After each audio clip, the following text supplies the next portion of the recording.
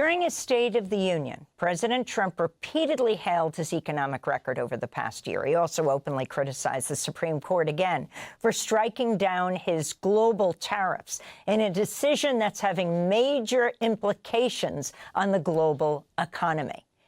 Less than half, 4 of the 9 Supreme Court justices attended the speech. This is part of what Trump said.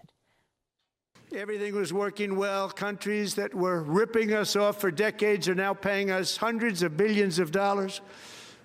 They were ripping us so badly, you all know that. Everybody knows it. Even the Democrats know it. They just don't want to say it.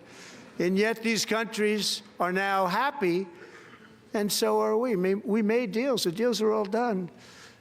And they're happy. They're not making money like they used to, but we're making a lot of money. There was no inflation, tremendous growth. And the big story was how Donald Trump called the economy correctly, and 22 Nobel Prize winners in economics didn't. They got it totally wrong. They got it really wrong. And then just 4 days ago, an unfortunate ruling from the United States Supreme Court. It just came down. It came down. Very unfortunate ruling. But the good news is that almost all countries and corporations want to keep the deal that they already made, right, Scott?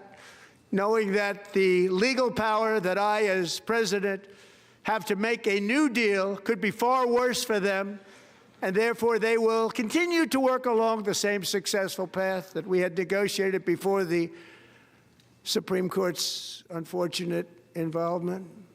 So despite the disappointing ruling, these powerful country-saving, it's saving our country, the kind of money we're taking in, peace-protecting. Many of the wars I settled was because of the threat of tariffs. I wouldn't have been able to settle them without.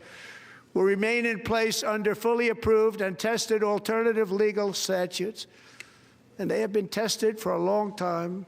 They're a little more complex, but they're actually probably better, leading to a solution that will be even stronger than before.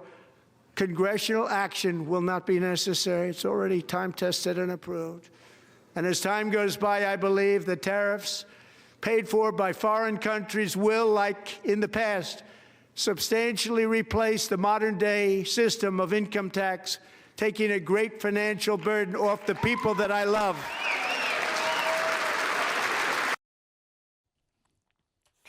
Your response, you're among the signatories, the economists who have signed a letter against the tariffs. Talk about the president's State of the Union and his argument for tariffs and against the Supreme Court. 2 of his own appointees ruled against him.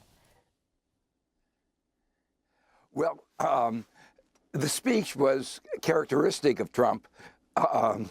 Lies, misleading statements. I was with a group of a large number of Nobel Prize winners who predicted that he would be bad for the economy, and we were right. The tariffs are paid by Americans. They're not paid by the foreigners. He says they didn't have any effect on inflation. We saw inflation was going down. And if we compare where inflation would have been with where we are today, it is estimated the average family is paying somewhere between $1,000 and $1,700 in extra money because of the tariffs.